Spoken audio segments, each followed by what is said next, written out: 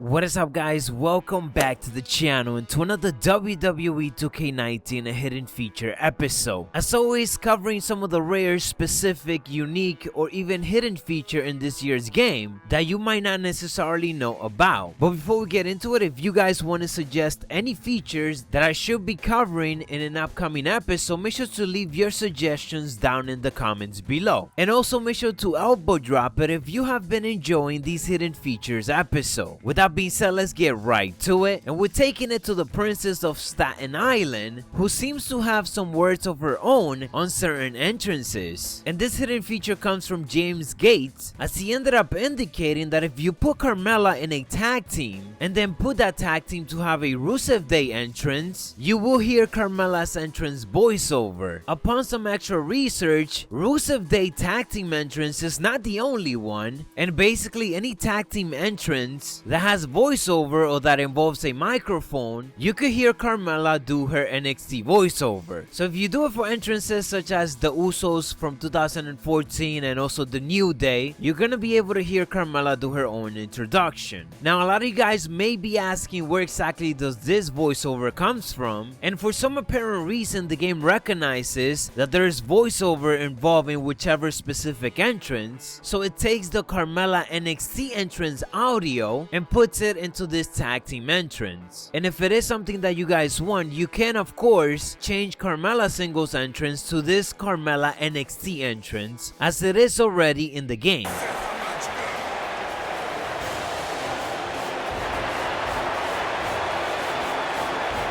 My name is Carmella,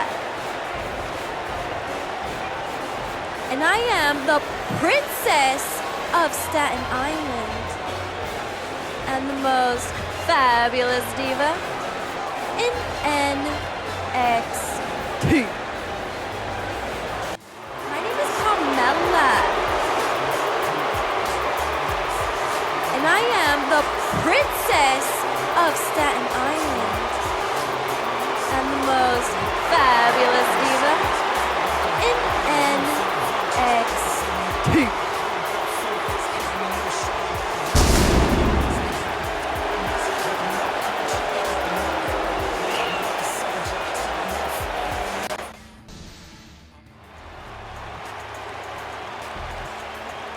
Bada bing! Hot stick in the ring. How you doing?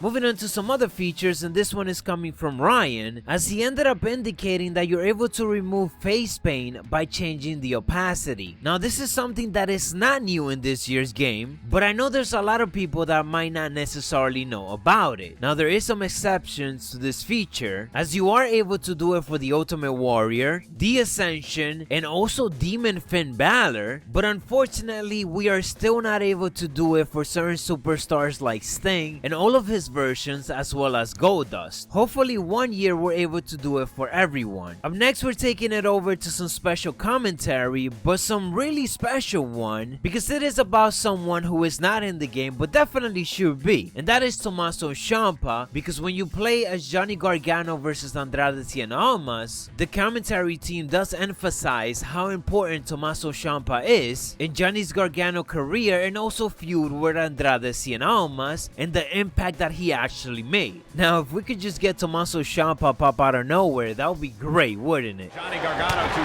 solve the Andrade Cien Almas riddle. A streak of losses to Andrade became a defining chapter in Johnny Wrestling's career. We saw that streak as bad timing. I think Johnny was never in the right frame of mind to take on all this. It's like he always had the ghost of Tommaso Ciampa haunting him. Here we go, fellas. I've been looking forward to this one for quite some time. To better articulate what Saxton said about Gargano and Almas' rivalry, the simple truth was, Johnny should have never even tried to challenge Andrade. If your mind's not in the game, kid, don't play.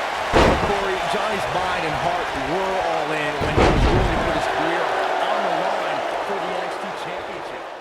Up next, we're taking it to the backstage and specifically the Wyatt compound. So many of you guys ended up indicating that you are able to look what's inside the Wyatt compound house by just pausing the game and checking out the highlight reel. And what's inside is basically nothing because it is just an empty square. I also ended up checking out the backstage area, but again, there's nothing specific, and I was at least trying to find some Easter eggs, but there was literally nothing. And I hope that WWE Games does take advantage of this and maybe include some cheeky stuff in the upcoming year's games. And the last feature I want to show you guys come from White Boy's swag, as he ended up indicating that if you destroyed the barricade or the announce table and then you head to the backstage area and come back to the arena, anything that was broken before, it will actually reset. So if you want to put the production crew to work, definitely check it out. It's also useful if you're doing certain type of match types that you don't get counted out in, and you want to continue doing certain type of ONG moments that requires these objects. Then once you break these, just head to the backstage area and then come back, and they will be reset. Anyways guys, that is what I got for you on this hidden feature episode. If you knew all of these, then of course you're an absolute savage, but also make sure to help out by leaving your suggestions down in the comments below so that I could cover it in an upcoming episode. If you haven't yet, make sure to drop a like on this video. Let's try to go for 619 likes. You already know, Mr. 619. Subscribe to the channel if you haven't yet to be fully up to date, and we're on the road to 100,000 subscribers.